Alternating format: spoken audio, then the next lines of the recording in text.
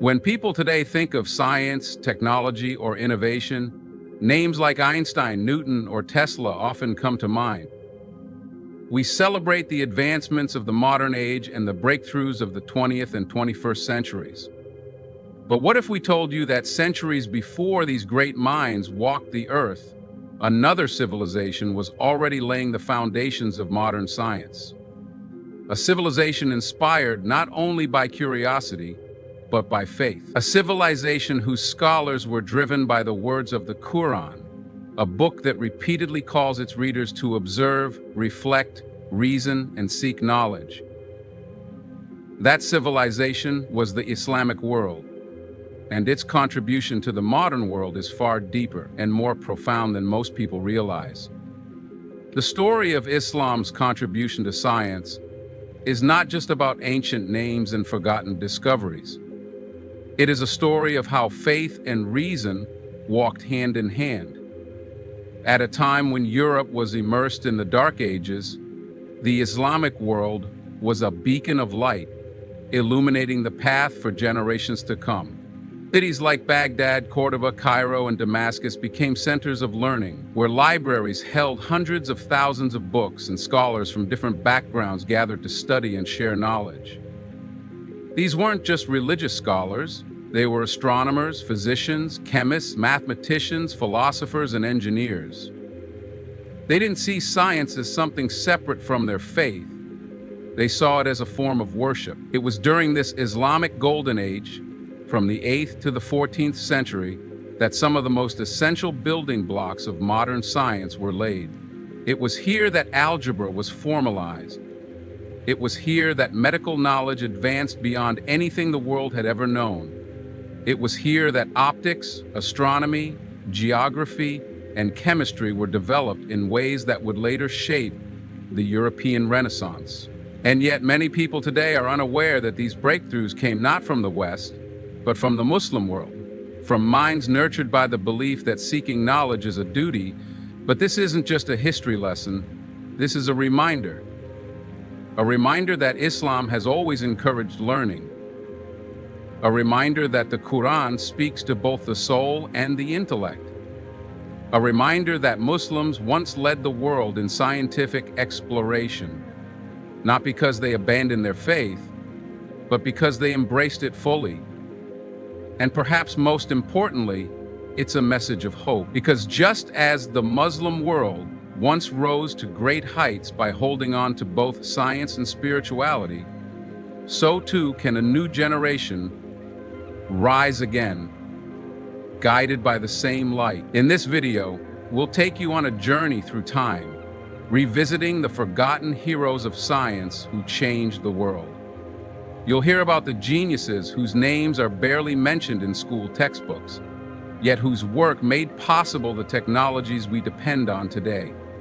From algebra to surgery, from astronomy to chemistry, we'll explore how Islamic civilization's thirst for knowledge transformed the world. We'll also look at how this legacy can inspire us today in a world that desperately needs wisdom, balance, and truth. So stay with us, open your heart and your mind, and prepare to discover a side of history that's rarely told, the story of how Islam helped shape the very science that powers our modern world.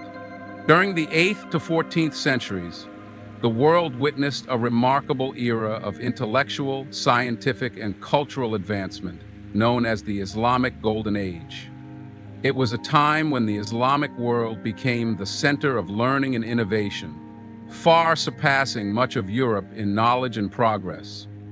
This flourishing period was not an accident of history, but a result of a deep-rooted commitment to knowledge, inspired by the teachings of Islam itself. The Quran encourages reflection, observation, and the pursuit of knowledge, and these values shaped an entire civilization's mindset towards science and discovery.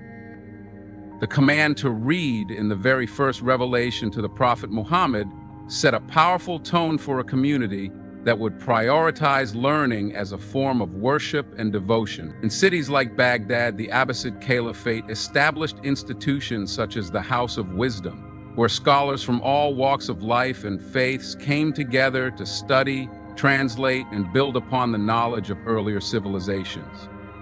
These scholars didn't just preserve ancient Greek, Persian, and Indian texts, they refined them, critiqued them, and in many cases advanced them. They applied reason, observation, and experimentation to push the boundaries of what humanity knew at the time. They believed that uncovering the laws of nature was a way to understand the Creator's wisdom. Science wasn't seen as a threat to faith, it was a companion to it. Fields like astronomy, medicine, mathematics, chemistry, and philosophy thrived under this Islamic worldview. Pioneers such as Al-Khwarizmi, Ibn Sina, Al-Razi, and Al-Haytham led revolutionary work that would later form the foundation of Western scientific development.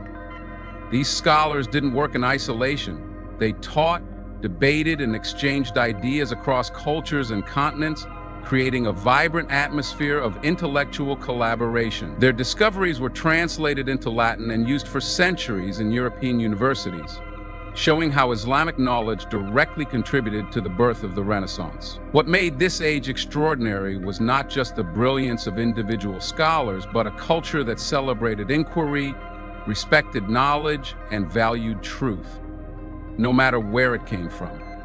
This was a civilization guided by faith and driven by reason, where science and spirituality worked together to elevate the human condition. One of the most extraordinary contributions of Islamic civilization to the world of science lies in the field of medicine. Muslim physicians revolutionized the way people understood health, disease, and the human body at a time when much of the world still relied on superstition and outdated theories. Inspired by the Quranic emphasis on healing and care for the sick, early Muslim doctors approached medicine not only as a science, but as a noble service to humanity. Hospitals were established across the Islamic world, from Baghdad to Cairo to Cordova, functioning as organized institutions with departments, medical records, and training programs centuries before such systems appeared in Europe. The upshot was that way past CPR or even today, early respiratory systems are now. Among the most influential figures in this field was Ibn Sina, known in the West as Avicenna. His monumental work, The Canon of Medicine, remained a standard medical text in Europe for over 600 years. It was the first of its kind to systematize medical knowledge in a clear, organized, and evidence-based manner. It covered everything from diagnosis to treatment and surgery, emphasizing the importance of observation and clinical experience. Ibn Sina didn't rely solely on ancient theories. He tested, refined, and documented what actually worked in practice. His method laid the groundwork for what would eventually become modern clinical medicine. Another giant in Islamic medicine was Al-Razi, a Persian physician who was among the first to distinguish between different diseases such as smallpox and measles.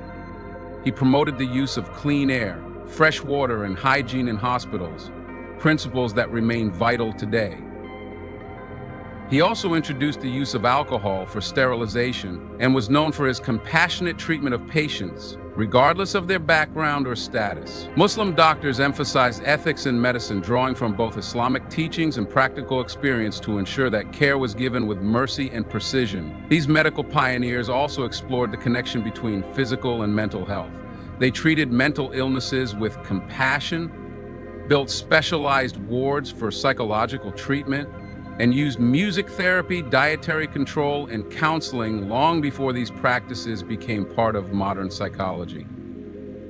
Their holistic approach saw health as a balance between body, mind, and spirit, an understanding that is being rediscovered in modern wellness movements today. In every way, Muslim physicians of the Islamic Golden Age approached medicine as both a science and an art, deeply rooted in faith and reason.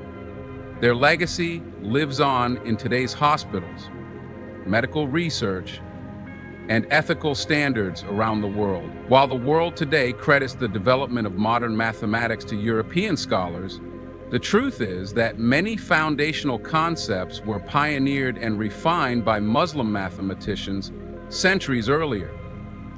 One of the most influential of these figures was Muhammad ibn Musa al-Khwarizmi. His groundbreaking work in algebra not only transformed mathematics in the Islamic world, but also laid the foundation for numerous scientific and technological advancements we see today. The word algebra itself comes from the title of his famous book, Al-Kitab al-Mukhtasar fi Hisab al-Jabr wal-Muqabala, which introduced systematic ways to solve linear and quadratic equations. This wasn't just theoretical work. It had practical applications in inheritance law, commerce, engineering, and land distribution, all vital aspects of a functioning and just society.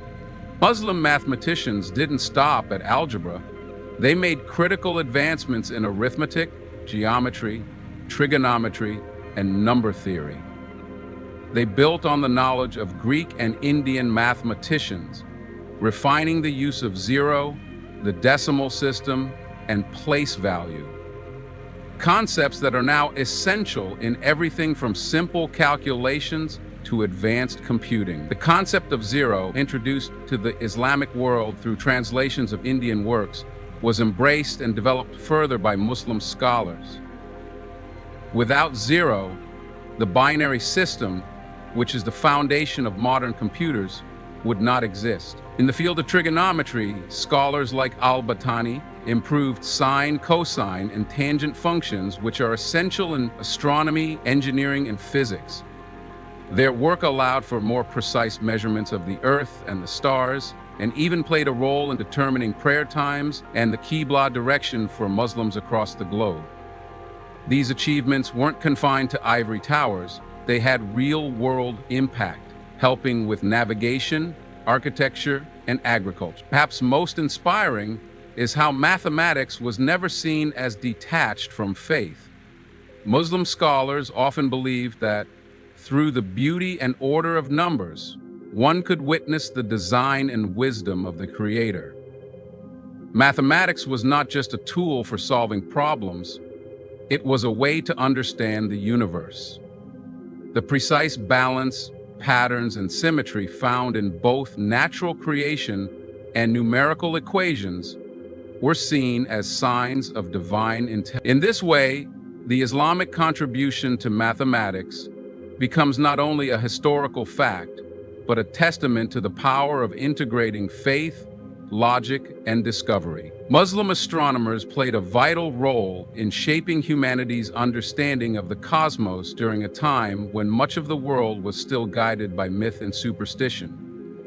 Guided by both a quest for knowledge and practical needs such as determining prayer times, the Islamic calendar, and the Qibla direction for daily prayers, astronomy in the Islamic world became an advanced and respected science. Far beyond mere stargazing, Islamic astronomy was a precise and disciplined field that blended observation, mathematics, and engineering. Muslim scientists built observatories, crafted detailed celestial maps, and refined astronomical instruments like the astrolabe to astonishing levels of accuracy. One of the greatest figures in this field was Al-Battani, who improved upon Greek astronomical models and precisely calculated the solar year. His findings influenced not only the Muslim world, but also later European astronomers, including Copernicus. Another major figure, Ulugh Beg, established one of the world's largest observatories in Samarkand during the 15th century. His star catalog was among the most accurate of its time and included measurements that would not be improved upon for hundreds of years. These scientists didn't work in isolation. They preserved, corrected, and expanded upon earlier works from Greek, Indian, and Persian sources, all while integrating them into a uniquely Islamic framework. Their observations and calculations weren't simply theoretical, they had direct applications in navigation and exploration. Muslim sailors and travelers relied on precise celestial navigation techniques long before the invention of modern compasses or GPS. Their understanding of the stars and planetary movements made it possible for merchants, pilgrims, and explorers to travel vast distances across deserts and oceans with remarkable accuracy. These advancements in astronomy helped lay the groundwork for the later age of exploration in Europe. What made Islamic astronomy especially unique was the harmony between science and faith. Observing the stars was not just a scientific pursuit, it was seen as a way to reflect on the greatness of God's creation. The Quran often invites believers to look to the heavens as signs of divine power and wisdom. Muslim astronomers embrace this call, making their work both a scientific contribution and a spiritual journey. Their legacy is a shining example of how devotion to truth, inspired by faith, can lead to discoveries that change the world. The Islamic world's contribution to chemistry, known in earlier times as alchemy, was both profound and foundational. While alchemy had existed in ancient civilizations, Muslim scientists transformed it from a mystical practice into a systematic, experimental science, rooted in observation and reproducibility. This transition laid the groundwork for modern chemistry, and many of the principles, techniques, and terminologies used today can be traced directly back to scholars of the Islamic Golden Age.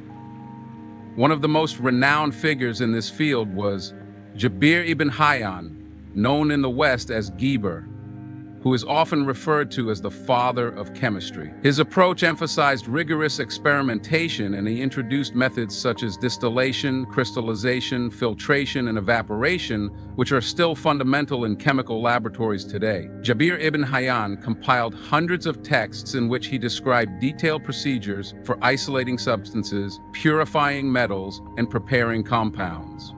He categorized elements and chemical processes in ways that were remarkably advanced for his time. He also explored the transformation of substances, not in the mythical search for turning metals into gold, but with the goal of understanding the underlying properties of matter. This marked a significant shift from superstition to science, and his works were studied and translated in Europe for centuries, becoming standard references in medieval European universities. Another important figure was Al-Khwarizmi, a brilliant physician and chemist who emphasized the importance of using observation and logic in both medicine and chemistry. He was the first to produce sulfuric acid and was skilled in the use of laboratory apparatus such as retorts and alembics. His texts included detailed descriptions of chemical reactions, apparatus, and experimental methods. He also understood the need for precise measurements and conditions in chemical experiments, laying the foundation for what would later be known as the scientific method. Muslim chemists were also interested in practical applications of their discoveries. They contributed to industries such as metallurgy, perfume and essential oil extraction, leather tanning, dyeing, glass making, and even the manufacturing of explosive materials for military use. These innovations had a lasting influence on both Eastern and Western technological development. More than just tinkerers or philosophers, these scholars approached chemistry with a deep sense of purpose, viewing the exploration of the material world as a form of seeking knowledge that honored the Creator. Their work continues to echo in every modern laboratory, a reminder of the legacy they left for humanity. One of the most profound yet often overlooked contributions of Islam to modern science is the development of the scientific method itself. The Islamic Golden Age produced a generation of thinkers who emphasized logic, observation, experimentation, and critical reasoning, principles that form the very heart of modern scientific inquiry. Unlike earlier civilizations that often relied on philosophical speculation or mythological explanations, Muslim scientists insisted that knowledge must be based on evidence and tested through repeated experimentation.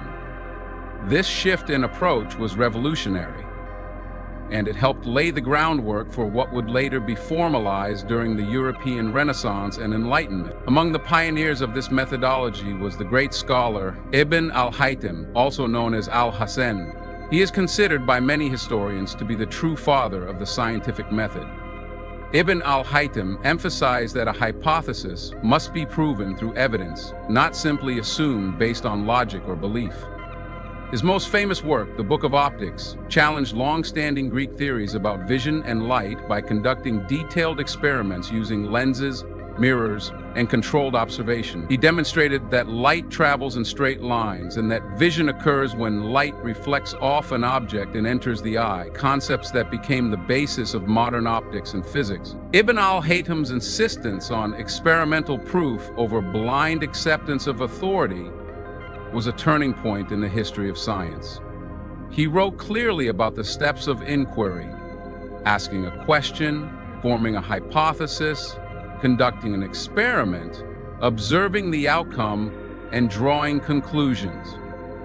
Exactly the structure followed in scientific research today. This method not only advanced the field of optics, but influenced fields like astronomy, physics, and psychology, and it became a model for future scientists across the Islamic and Western worlds. Islamic scholars also emphasize the importance of documenting findings accurately and sharing knowledge. They maintained detailed scientific journals, engaged in peer review by having their work studied and debated in scholarly circles, and translated and preserved knowledge from many cultures, integrating it into a broader Islamic scientific framework. Their commitment to open inquiry and truth-seeking, regardless of cultural or religious origin, created a vibrant intellectual environment that encouraged constant refinement and progress. The scientific method, now taken for granted in laboratories and classrooms worldwide,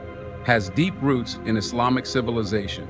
It was born from a culture that saw the pursuit of knowledge as a spiritual duty and a pathway to understanding the divine wisdom embedded in creation. As we reach the conclusion of this remarkable journey through Islam's contribution to modern science, it becomes undeniably clear that the Islamic world has been a beacon of knowledge, innovation, and intellectual enlightenment for centuries. From the observatories of Baghdad to the libraries of Cordoba, from the surgical tools of al-Zahrawi to the algebraic formulas of Al-Khwarizmi, the legacy of Muslim scholars is not only etched in history, it actively shapes the scientific world we live in today. These contributions were not born out of chance or isolated brilliance. They were the result of a culture deeply rooted in faith, where the pursuit of knowledge was seen as a divine duty and a form of worship. The Quran repeatedly invites believers to reflect, to observe, to question, and that spiritual encouragement led to some of the most important discoveries and methodologies known to mankind. What makes this legacy even more profound is the harmony between science and spirituality in the Islamic worldview. Muslim scientists were not just inventors or theorists. They were seekers of truth, motivated by a deep desire to understand the world as a reflection of divine order. Whether it was through the telescope, the microscope, the medical scalpel, or the ink of a mathematician's pen, they saw every discovery as a sign of God's greatness. In today's world, where science is often disconnected from spiritual meaning, the Islamic tradition offers a powerful reminder that reason and faith can walk hand in hand, and that curiosity, when guided by purpose, can lead to wisdom and beauty. We owe much of what we know today in medicine, mathematics, chemistry, astronomy, and countless other fields to the groundbreaking work of these early Muslim pioneers. Their dedication, brilliance, and humility continue to inspire scientists, educators, and thinkers around the globe. It's time that their names, their works, and their values are not just remembered, but celebrated and shared with the world. Thank you for watching and taking part in this journey through time and knowledge. May it inspire you to seek truth, appreciate the richness of history, and honor the contributions of those who came before us. Don't forget to like, share, and subscribe for more stories that illuminate the power of faith, intellect, and human achievement. Stay curious, stay inspired, and stay connected. Peace be upon you.